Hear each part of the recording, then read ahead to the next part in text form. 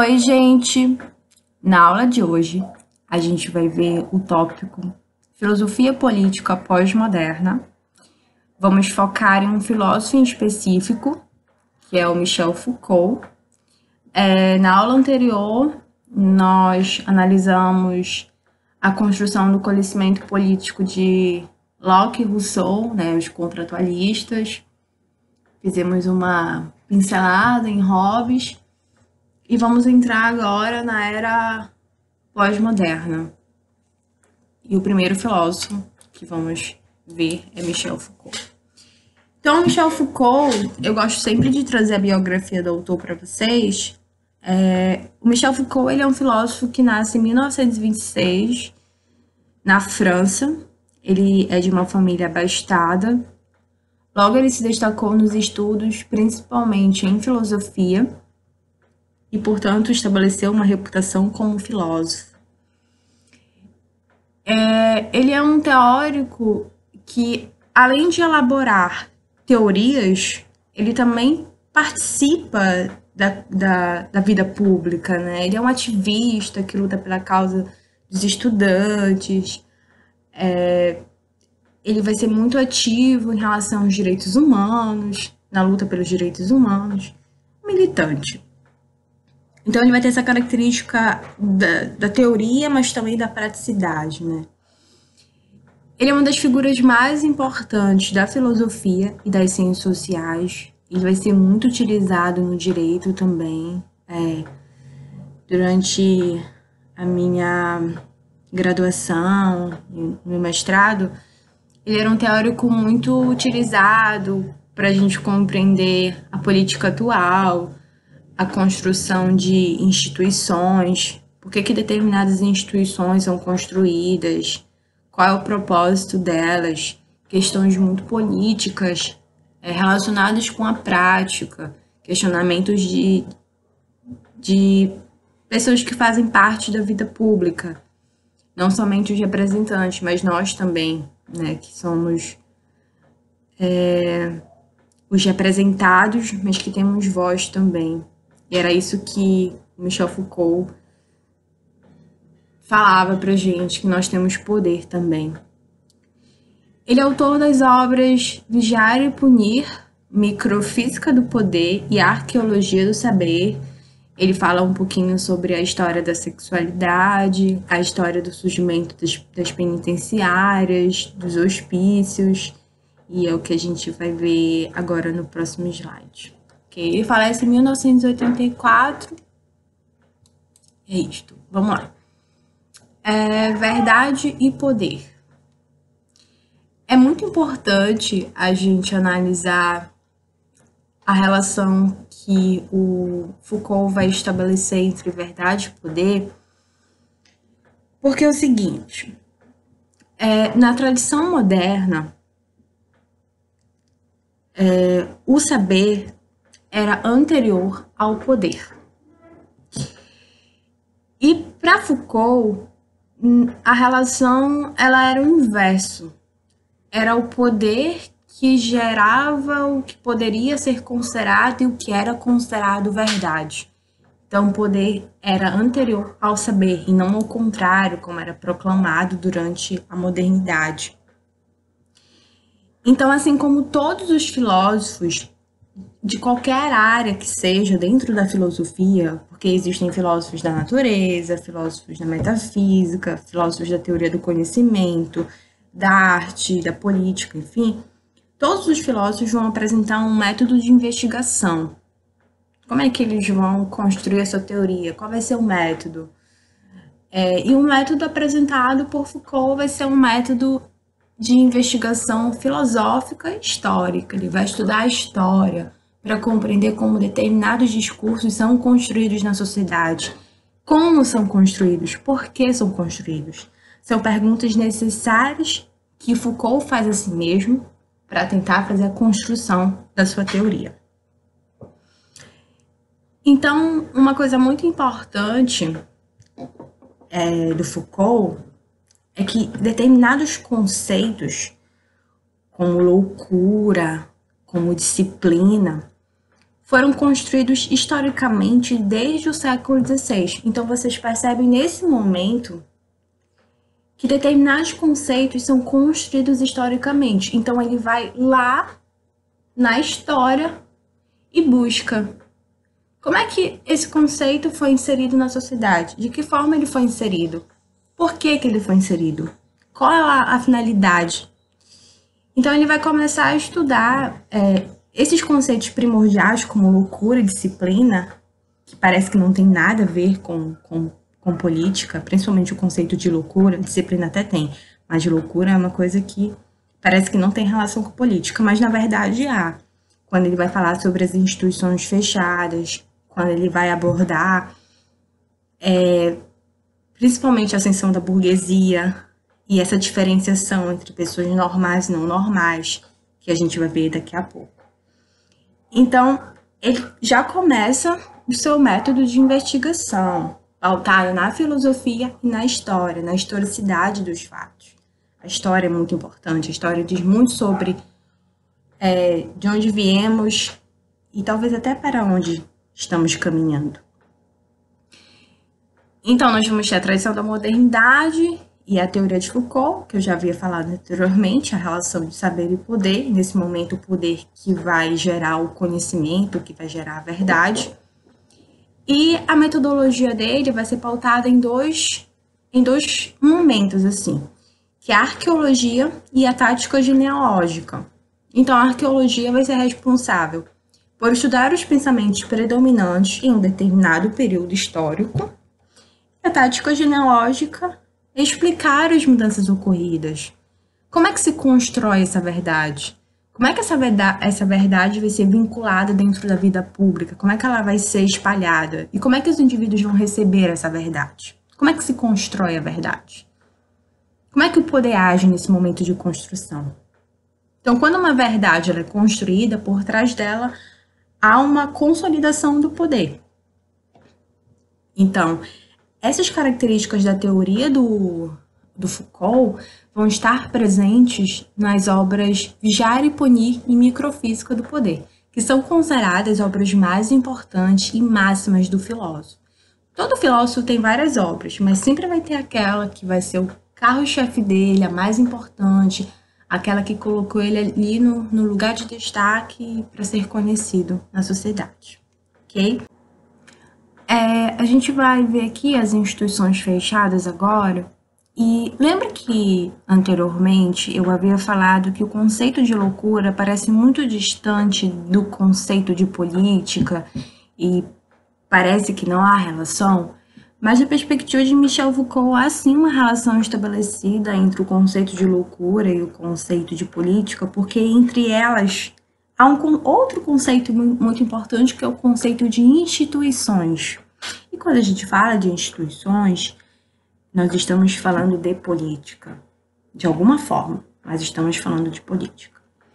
Então, ele vai dizer o seguinte: olha, nós vamos ter o saber psiquiátrico, estudos vinculados à psiquiatria, ao estudo de uma espécie de anormalidade em relação a um determinado indivíduo que apresenta o que comumente nós vamos chamar de loucura, mas deve ter um nome mais científico na área da psiquiatria, da medicina, enfim. Então, ele vai dizer que esse saber psiquiátrico, na teoria, parece que é para ajudar aquele indivíduo que é acometido por uma anormalidade, vamos dizer assim. Mas que, na verdade, na prática, esse saber psiquiátrico, ele é um instrumento que vai tentar e possibilita a dominação do outro. Então, o outro, ele vai ser tratado de uma forma diferente dos outros, mas não com o aspecto do cuidado que deveria ser no âmbito da psiquiatria. Então, ele começa a estudar o conceito de loucura. Como é que o conceito de loucura surge dentro da história? Aquele momento de historicidade. O conceito surgindo na história é muito importante para a gente compreender o que estava acontecendo, o que está por trás dessa construção. Então, ele vai ver que o surgimento do conceito de loucura ele acontece no mesmo momento que nós vamos ter o surgimento da burguesia. E a burguesia, por si só, ela vai ter uma prática. E essa prática é a exclusão dos incapazes. Então, com isso, nós vamos ter uma exclusão que vai separar o louco do não louco, o perigoso do inofensivo, o normal do anormal. Então, essa diferenciação, essa separação da sociedade começa com o surgimento da burguesia, que vai dizer, olha, se você não tem condições de produzir, então você vai ser excluído da sociedade. Se você tem condição de produzir, então bem-vindo à nossa sociedade. Então, aqui a gente já tem os primeiros momentos da atuação do capitalismo, o capitalismo mostrando as suas principais características. Nós poderíamos fazer uma análise com Karl Marx tranquilamente em relação a isso, mas vamos nos deter aqui a Michel Foucault. Então, a gente vai ter aqui essa divisão da sociedade entre dois grupos, os que prestam para a produção e os que não prestam. Aqueles que não prestam, que sejam excluídos. Essa é a lógica daquele momento, ok? E há uma interiorização dessa ordem, há uma interiorização desse conceito. Então, o poder vai dizer o que é verdade e essa verdade vai ser vista como natural para nós. Então, a verdade sempre vai ter um fator político por trás, que ele vai estudar com base nas reflexões históricas que ele vai fazer e filosóficas, sempre pautada nesses dois momentos. Por que esse conceito vai ser trabalhado? Por quê? Como? Qual a finalidade? São as perguntas que Foucault faz em relação a essas instituições. E essa interiorização da ordem é algo muito natural que a gente não percebe que está acontecendo, mas está acontecendo. E a violência é vista como disciplina. Essa violência não necessariamente é a violência corporal, de corpo a corpo, mas uma violência também psicológica, uma violência mental, uma violência que você percebe em uma determinada fala, em um tom de ameaça. Isso é violência, né? A violência da nossa expressão, da nossa fala. Então, ele vai falar muito sobre isso, como nós nos comportamos em sociedade, e que por meio da nossa fala, por meio do contato que eu tenho com o outro, eu sou capaz de influenciar o meu semelhante em relação a um determinado conceito, uma determinada atitude que ele possa vir a ter no futuro. Então, são as relações de poder sendo estabelecidas dentro de um determinado âmbito que para a gente é cotidiano, mas que também é político. Todas as relações estabelecidas são relações estabelecidas de poder e são relações voltadas para a política. Então, com isso, o que o Foucault quer falar para a gente? Fala sobre uma sociedade disciplinar, uma sociedade que está ali seguindo ordens. Ordem de quem? Por que seguir ordens? Qual é o interesse de quem está fazendo com que nós sigamos ordens e a gente nem sabe de onde uma ordem está vindo, né? Tá sendo emanada. Então, essa perspectiva de Foucault em relação à política, à construção do poder. Então, ele vai dizer o seguinte, olha, o poder, ele não se encontra centralizado. O poder não está lá em Brasília somente, né? Onde nós vamos ter os três poderes, executivo, legislativo e judiciário, que cuida dessa nação. Mas o poder está espalhado, o poder está entre todos. O poder ele está se manifestando em uma relação que para a gente parece de pouca importância, mas que tem muita importância para o campo político. Então, nós vamos distribuir o poder. As pessoas, em suas relações recíprocas, proporcionam a circulação do poder, que é o que ele vai chamar de microlugares, que é lá na microfísica do poder que ele elabora essa teoria. Então, ele vai dizer Em todos os lugares do mundo, nós temos a proliferação do poder e, portanto, do saber, porque o poder antecede o saber. E como o poder produz saber, né? Essa é uma das grandes perguntas do Foucault que eu deixo para vocês refletirem. Ele vai fazer uma crítica à filosofia moderna, que concentrou seus estudos em uma entidade chamada Estado, e aqui nós vamos perceber que ele faz uma crítica direta a Hobbes, Locke e Rousseau. Então, esses três teóricos ficaram muito preocupados com o surgimento e a manutenção do Estado, mas esqueceram de perceber que, na verdade, o foco agora é outro. Então, o Estado é apenas uma representação do poder na sociedade. Vou colocar Estado em maiúsculo aqui. Então, o Estado é apenas uma representação desse poder. Que, na verdade, não está centralizado nele, mas está em cadeia, está em circulação, que é o que ele vai falar e vai chamar de microfísica do poder. Então, no século XVI, ele vai apresentar os problemas políticos estavam relacionados a como o monarca manteria o seu poder.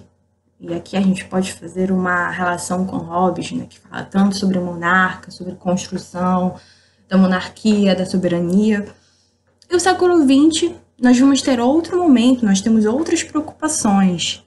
Então, de século para século, as necessidades do indivíduo no campo da política são alteradas, não somente no campo da política, mas em todos os campos. Então, o poder do Estado não está desconectado de nenhuma outra forma do poder na sociedade. A sociedade ela vai ter um papel muito importante na distribuição do poder. Como é que esse poder ocorre? De que forma ele ocorre? Então, é muito importante a gente compreender essa construção, essa relação que para a gente talvez não tenha importância, mas que, na verdade, para o campo político, tem total importância. Ok? Por fim, eu fiz um esquema mental para vocês, para a gente compreender os caminhos percorridos por Michel Foucault. Então, nós percebemos que a natureza da sociedade mudou.